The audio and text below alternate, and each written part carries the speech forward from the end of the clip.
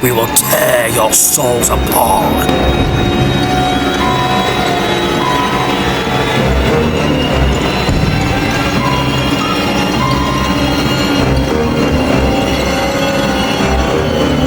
Like any franchise being fatigued, running out of ideas, what is the next step of this franchise? Do they reboot it? No. They made a prequel. Well, Alien 5 was not in the cards because of the box office failure and negative reviews of Alien Resurrection.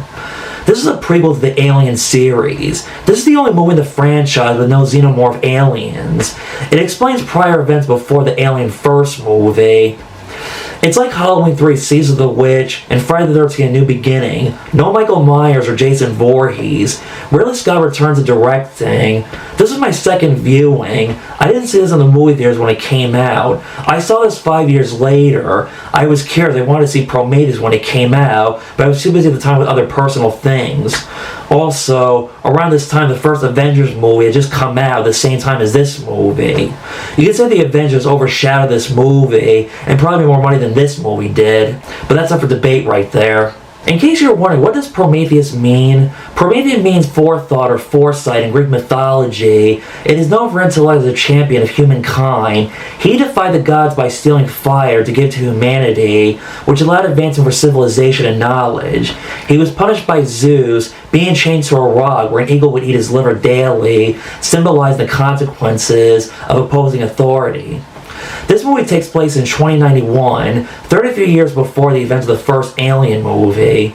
The crew landed on LV-223, not the same planet in Alien where the crew landed on the planet LV-426. When this movie came out, I had no idea this was even connected to the Alien franchise. I just thought the movie sounded like its own thing. Also, they don't use the word alien for the movie title. That's the first time. One thing I found interesting about this movie, this was also the first time in a series a person did surgery on themselves and removed the alien from their stomach before the alien burst right through their chest. Despite this being my second viewing for this video, this is the one part that I still remembered in this movie. More on this in a little bit. The movie opens up with the engineer drinks something, he breaks down, demolishes, DNA breaks down, falls down the water. We see that our main character Elizabeth Shaw has a flashback memory when she was a little girl with her father. Her mother died when she was very young. At an early age, like all kids, she learned that on death and whether or not when we die, do we either go to heaven or hell. This conversation had an impact her as we get a hint from that. She is a religious person. Her religious beliefs she incorporates into a work of theory of evolution. She believed that aliens created human beings, and yet she still believed in God. It is not explained or believed but hinted that she does believe in a God, and that her motives to find engineers prove the existence of a God out there that we don't know about. David analyzes her dream while she's sleeping. We see that she had a good bond and relationship with her father, and that she had a religious upbringing. Her boyfriend Holloway tells her to stop believing in God, that it was the engineers that made humans and not God. She responds to her boyfriend asking then who made the engineers. We see that she was hired by the Whaling Company. She gets an alien inside her after having sex with her boyfriend. For once, it was not a face hugger, it was a sexually transmitted disease. Despite having sex 10 hours ago, she gets 3 months pregnant that fast, and we see that she has a normal species that's not normal. She wants the baby outside of her. Before this, we found out that Shaw could not have children of her own. Her boyfriend Holloway makes her feel better by having sex with her. Again, don't overthink it, just accept it and move on. What's interesting about the surgery scene is that it was the birth and first ever alien face hugger. She does a good job in this movie, but I'm not familiar with this actress, and I'm not sure what other movies she has done. Michael Fassbender plays David, who you all might recognize as Magneto in the X-Men movies. He's the Ashen Bishop of this movie. He has no soul. He likes to learn another language. He likes watching Lawrence of Arabia and other classic movies. It's his way of learning about human emotions from watching the movies and quoting them. We see that he spies on people's dreams. He's an independent thinker. His blood is red, not white like Ashen Bishop. He's like a grown-up robot Pinocchio. When Wayland dies, he can be free. He's one of the most interesting characters in the movie. This is one positive note on the movie. He's a unique character who analyzes human emotions, figure out what it feels like to be human. He stole a sample of Black Goose secretly for an android. He had some emotions, and he did not sleep, unlike Ash who slept in the cryosleep to hide that he was an android in the first Alien movie. David discovers that an engineer who was in cryosleep, seeing that the engineers originally wanted to land on planet Earth, but something stopped the process. Charlize Theron plays Meredith Vickers, who's in charge of the USCSS Prometheus ship and the mission. She hires a group of people who are scientists who are brilliant and intelligent. For the mission, it has them watch an old recording of Peter Whalen, the founder and owner of the Whalen Company. She is the daughter of Peter Whalen. Without an explanation, we get this sense of estrangedness, dysfunction she had with her father. While it's not explained, it's hinted. It sounds like her father was a control freak and domineering. It's also hinted that she is jealous of her father's relationship with David, also that her father favored David over her despite he is an android. Again, I'm probably overthinking this. Maybe that Peter Whalen wanted a son, and David was the closest thing to a son he had by playing God and creating a robot son. Her and her father argued who would own the Whalen Company after he died. From listening to Alien fans, it seems to be a debate whether or not Vickers was hinted as an android. For me personally, I didn't get a hint or pick up that vibe, but one thing I did get is that her and her father were never close. When Peter Whalen dies, she had little to no emotion over her father's death. Besides Vickers' strange relationship with her father, she was also not fond or crazy about her android brother David.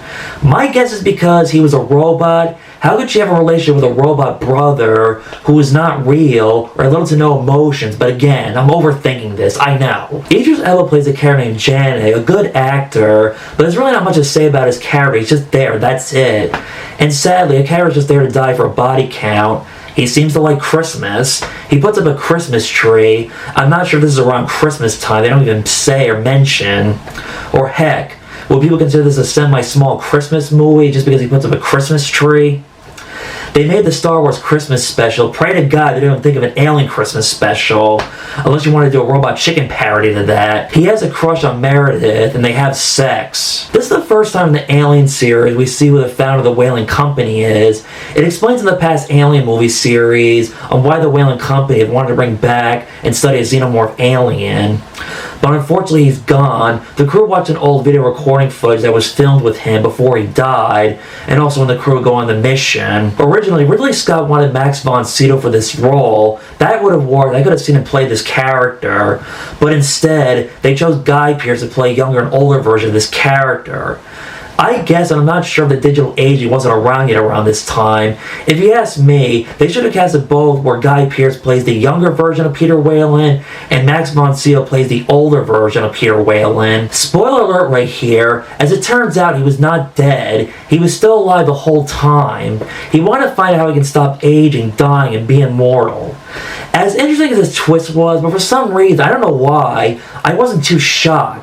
My gut had this feeling that, yeah, this Whalen guy is still alive. Lucky guess. I don't know. Maybe because I've seen this done before where we thought a character that was dead was shot like, oh, he was still alive the entire time. I don't know. Whatever. Charlie Holloway was a kind of annoying, cocky douchebag who thinks he was a know-it-all. Throughout the movie's motive question was to figure out the answers. Why were humans made? What purpose did they make us for? David responds to Charlie, why did your people make me? Charlie responds, we made it because we could. David says, could you imagine how disappointed it would be to hear the singing from your creation? This is some heavy dialogue, loaded questions right here. If somebody asked me those questions, I don't know how I'd respond to that. The crickets would be chirping. He's an archaeologist. When he's on the planet, he removes his helmet. Well, there seems to be oxygen on the planet, and he thinks twice now there would be viruses or other potential diseases or bacteria. His goal in this movie is trying to find a god, the creation, and the weird part is this character was an atheist, and yet he was still curious on if there is a god. You can make the debate an argument that maybe he could have been a semi-agnostic and maybe open-minded, but again, take it as it is and say whatever, move on. When he gets infected, his eyes turn red, kind of like when the X-Files movie when the kid gets possessed by an alien. He's sick and dying. He's not allowed to come back on the ship. This goes back to the first movie where they won't allow him on the board because of quarantine rules, worried that one of the others will get infected. Vivian Milberg, your typical cliche, annoying douchebag scientist that didn't want to be friends with anyone or get to know anyone during the mission. They just want to do the mission, get paid, thinking they made a lot of money for the job. job. But little did they know that their fate was that they were going to die in the mission. Milburn sees a snake. He tries to interact with it. It's like, dude, get away from it. For all we know, the snake could be poisonous. Before the snake, it was some kind of gooey stuff that turned into a poisonous snake with no explanation. This movie does have cool special effects, even though it's CGI. It was an interesting idea and something different in the series, but it was too long and it dragged at times. It was very confusing and abstracting at times. I don't know why, I had a hard time following the plot to this story, and I feel bad saying that. After watching this movie, I asked myself, did I miss something? What am I not getting out of this movie? Just like Blade Runner, this is another movie I may have to rewatch multiple times until I'll have that moment of, oh, now I finally get this movie. And just like what I did for my Blade Runner video, I needed to really dive into researching this movie, reading articles and watching other YouTubers on what the point of this movie means. I've heard there are deleted scenes of this movie that explains a lot of missing plot holes. Maybe I should have watched those deleted scenes in preparation for this video, but sorry, maybe next time. Despite no xenomorph alien in this movie, but we do see one at the end of the post-credits. Throughout the movie there's no alien, but only a small cameo aboard the xenomorph alien. One thing I agree with fans is that if you took the xenomorph alien out of this movie, this could have been its own thing. I wish they did give a little bit of a backstory on the engineer, whether or not is he an angel or maybe some kind of a god, I don't know. The movie is very deep on religion, on the human race being created by the alien race. There are probably better YouTubers out there than me who have better video essay analysis on this topic theme than I would on the movie. Also, there really is no answer why we are created. Maybe there is, but it's another take it with a grain of salt, accept it as it is, and move on. This movie's been compared by Alien fans to H.P. Lovecraft's Mountains of Madness. I never read this story, so I can't make the comparison right there. When the squid alien impregnates the engineer, when it stuck its tongue in the engineer mouth, it looked like it was sucking on a dick.